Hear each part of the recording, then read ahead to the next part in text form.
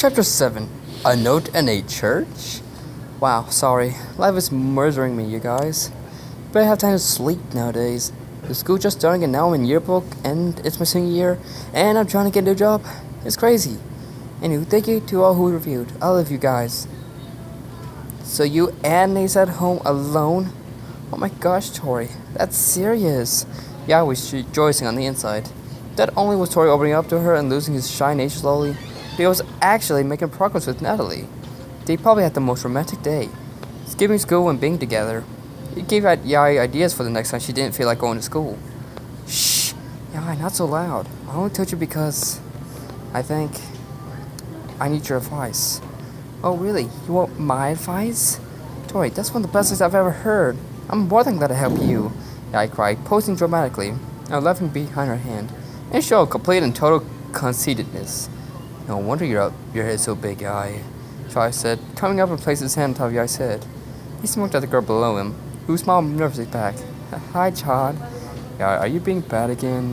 What if I told you about trying to turn everyone's lives into a soap opera? I know, but Chad shook his hand and tugged on Yai's arm, while speaking to Tori. Look, just tell Nellie how you feel about her. Geez, you guys are pitiful. First Len and now you. It isn't that hard, you know. With a sigh, Chad gave Tori one final nod and walked away, dragging Yai along with him. He muttered something about dramatic girls, which caused Yai to walk on her own and walk away from him. I have to tell her, Tori told himself, thinking about how exactly he would do that. He did live with her, so it shouldn't be that hard, but he was shy, and nervous, and downright scared. What if she rejected him? Tori didn't want to be turned down and rejected. I have to tell her.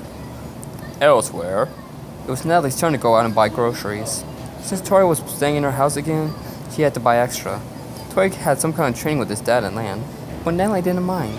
It was her time to spend with their artificial baby. Anastasia gooed and gawed all the way to the store, winning the hearts of many mothers and girls on the way to the store. The trip was uneventful, but Natalie felt an odd presence as she was leaving the store. Anastasia? Hey, little one. Natalie smiled and played with the baby in the stroller, who was giggling and smiling at her.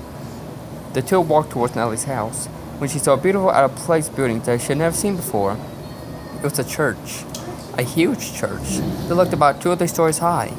It was light blue with silver and gold outlines on the doors and stained glass windows. Was this here before? I don't remember this being here on the way to the store, did you? Natalie asked, putting up her PT showing Natalie the building. Wow. It looks brand new, Natalie. But no, I don't remember us walking by it either. That's odd. Natalie shrugged and placed her PT back on her hip. I guess I was so worried about memories and shopping lists that I didn't see it. Probably. It's really pretty though. Yeah, it is. But come on, Mom needs some stuff to start dinner. Nan told Natalia, who promptly agreed with her, while Natalie rushed on. She didn't want to be late with her mom's dinner. She'd probably kill her and then bring her back to life. With Tori. Mom, I'm home, Tori called out, into the house, walking to the front door. As he headed towards the stairs, Natalie's mother greeted him. I'm so glad you actually called me by that name like I asked you to. Such a good, respectable boy. Natalie's mother grinned at hearing a boy call her mother. She had always wanted a son and a daughter, but since though she helped Natalie, Tori was the next best thing to a son. She was going to treat him like one, and he would treat her like a second mom. It was only fair. Thanks, Mom. Tori had felt odd when he first came back, and she had demanded the name change. But now that he had started, he just couldn't stop. Natalie's mom was overjoyed though, and so he was happy. Plus, Natalie didn't seem to mind all too much either, which really mattered in the end. Tori sighed and dropped his backpack in Natalie's computer chair, like she had told him to do, to plop down on his sleeping bag. As the air was forced out of the bag, something else was too. A small slip of paper. Tori looked down and read the whole note, staring at it with slight curiosity. He read it over and over so many times that Iceman finally asked why Tori was being so quiet. There was a note, and it was sitting back to Iceman. Well, what's it say? It says, you can't have my sloppy seconds. What's that supposed to mean? Sloppy seconds? Like food? You ate someone's second sloppy Joe, Tori? No. Iceman, I've never taken anyone else's food. What are you talking about? That's what it sounds like to me. Tori sighed and laid down a sleeping bag, holding the note up higher, rereading it a few more times. Sloppy seconds? What exactly does that mean? How the heck should I know? Let's think about it. Okay, start thinking. Alright. Let's see. Sloppy seconds. I know I didn't take any of his food, so they aren't talking about food. Did I take someone's second page of note they wrote in sloppy handwriting? Tori thought for a second, glanced at Iceman. They both shook their heads at the same time. Nah, Iceman answered, placing his finger in his chin in thought. Then what else could it be? Tori! Tori jumped as he heard his name called from the kitchen downstairs. It was Natalie's mom, he guessed. Can you come here? Dad needs your help with something. Tori sighed and slipped a small note in his pocket with a shrug. Ah, well, we can figure it out later. Okay. Tori nodded as Iceman sat there inside the computer, still thinking about this note. What were sloppy seconds? At dinner? Whoa. Curry? Cool. Tori didn't know they were going to have curry, and note that he knew. He wasn't worried about the note anymore. Tori liked curry a lot. I see you're a curry lover too. That's Nellie's favorite food. Really? Yeah, it is, Nellie added, sitting down as her mother put a plate of food in front of her spot at the dinner table. She placed a plate in front of Tori and then sat down in front of her own. So, how's your day, you two? It was good, Mom, Tori answered, bowing his head over his food before digging in. Nellie followed suit and answered after she had swallowed her first bite. Same for me. Good. Anything interesting happened today? Tori shook his head, deciding that the note wasn't something to talk about with Nellie's mom. He even debated whether or not to tell Nellie, since it might worry her. He took another bite, slowly, contemplating what he was going to do. Well, I came across this church on my way to church today. A church? This one was at a church over here, Nellie's mother asked, eating her food as well. I don't know, Mama. That's why I thought it was really odd. That's odd. I don't remember there ever being a church in this area. What did it look like? It was light blue, with stained glass windows and everything. It looked about 2 or 3 stories tall. Never seen anything like it before. Well, isn't that just an unusual thing? I don't even recall anyone building anything in this area. Me neither. Oh well, no use worrying about something that's already there, right? Right. Both females glanced at Tori and waited for his agreement, but he was thinking of his own. When Tori realized he was quiet, he looked up, wondering why both men were staring at him. Suddenly, the clerk and Tori blushed slightly, impressed by his psycho attention. Right. Nellie and Mom laughed at Tori's blush, but went back to eating and chatting, since they didn't get too often. At bedtime, the moon was shining brightly through Nellie's dark room as she climbed into her bed, with Tori laying in the sleeping bag beside her. She yawned, and then turned to face Tori, whose eyes were closed. Tori, Nellie jumped. She hadn't expected Tori to answer her. What is it? What do you think about at dinner today? Are you alright? Yeah, Nan, I'm fine. Well, you were in lots of thought, and so I was just wondering. Tori suddenly reached out for Natalie. He turned her and pulled her against him, releasing another sleepy sigh. Tori was the type to do extremely bold stuff when they were sleepy, and so grabbing Natalie was just one of those things. I got a note today. Natalie lay still, with Tori's arms around her and closed her eyes. She wasn't going to sleep yet. This notebook was making her curious. A note? About what? I have no clue. What'd it say? Something about sloppy seconds. Sloppy seconds? You mean like when a girl goes out with another girl's ex-boyfriend? I don't know. Sloppy seconds. I think that's what the letter means. Have you taken another person's ex? No. Unless you count you. Then yes, I have. Tori sat and thought for a second, and then his heart nearly stopped beating his chest. It was Natalie. It had to be. But the only person who she had gone out with was... Oh no. But I thought he had... Then he can't be. But now it's the only person that I won't. So it has to be. Well then I wouldn't worry about it too much. Maybe it wasn't supposed to be put in your sleeping bag. Now he said with another yawn.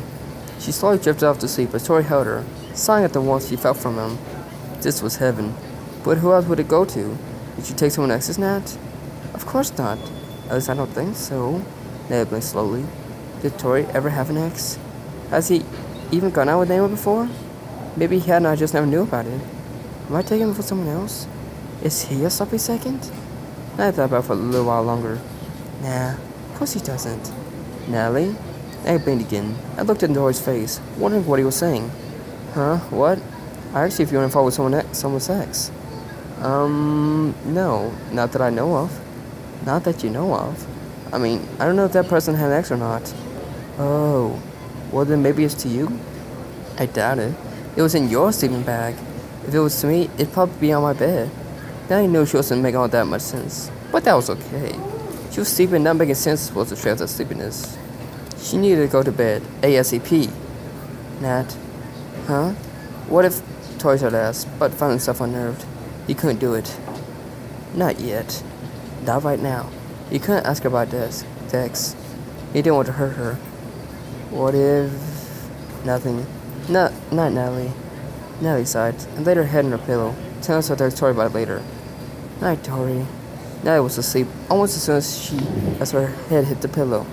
Her soft, squishy pillow underneath her, and Tori rolled to his side to watch her sleep. He tried to think about the note, if the note was truly directed to him. He didn't think it was, pausing for Dex after his note. He was dead after all. The dead can't write notes to the living. And Dex wouldn't have pre-written it either. Tori hadn't even met Natalie when she had been in love with him, so that threw the path out to the window too. Then what is going on? Tori asked himself quietly. The silence and Natalie snoring his only answer. Tori sighed again and laid down on his pillow, closing his eyes. With Nellie in his sight of vision, he couldn't think straight. That wasn't going to help in the situation. What was he supposed to do? Tor, go to sleep. Tori jumped with Nellie's voice cut across the silence that had been filling the room. Her eyes flew open and he looked at her. Nellie's eyes were still closed, and she was still hugged up on her pillow. Tori laughed to never say it himself, and then closed his eyes, wondering how in the world Nellie might say something like that in her sleep. Nat, you're so amazing, Tori whispered quietly, turning over and trying to relax again. He decided to worry about it in the morning. The next morning at 7 a.m. Bye, Mom, Tori and Nellie yelled together, walking out of Nellie's front door. Nellie was humming lightly and Tori just listened to her while they strolled down the street. The morning had been off to a wonderful start and neither was all that willing to mess it up. Hey, Nat. Yeah? Didn't you say there was a church on that street yesterday? Don't you think you could see it from here? Nellie's head turned as soon as that church was mentioned, and her humming stopped immediately. Sure enough, from this point you would be able to see church. That is, if it had been there. What in the world? Nellie stated, staring in the direction she had gone just the day before. She held on to the stroller tighter and shook her head, wondering what was happening. Natalie? Tori, that church was there yesterday. I promise you. Nellie glanced at Tori and looked to see the look on his face. He looked thoughtful and contemplative, but not once did she see doubt run across his face. Tori believed her. That was good. Whew. She's right, Tori. I remember asking me about it, Natalie added, jumping to Natalie's aid, even though it wasn't needed. Tori believed her completely. It's not that I don't believe you to, but I just don't see how you could just up and vanish like that. I don't know how either. Nellie resisted the urge to pout. She should have taken a picture of it. Nellie's grip on the stroller handle tightened, and Tori watched as her knuckles turned almost white with the grip. He reached up and placed a hand over hers, a small smile crossing his face. Don't worry, Natalie. We'll figure it out, Tori told her, hoping that he would relax her grip somewhat. Her hand would be hurting later if she didn't. Tori, you're right, Natalie answered, as determination flew across her eyes in what looked like a spark. We will figure this out. Because this isn't normal.